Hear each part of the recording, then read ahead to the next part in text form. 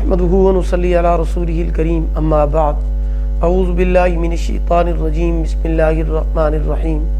محترم سامعین کرام السلام علیکم ورحمۃ اللہ وبرکاتہ۔ آج ہم بات کریں گے خواب میں کبوتر کو دیکھنے کے حوالے سے۔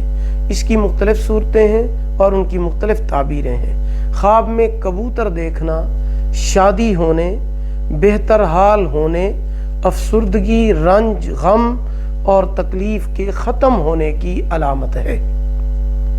خواب میں کبوتروں کا غول دیکھنا نفع بہت زیادہ حاصل ہونے، فرحت، خوشی کثرت کے ساتھ پانے، صحت کاملہ ملنے کی دلیل ہے۔ خواب میں کبوتر کو پکڑنا شادی ہونے اور لڑکی پیدا ہونے کی علامت ہے۔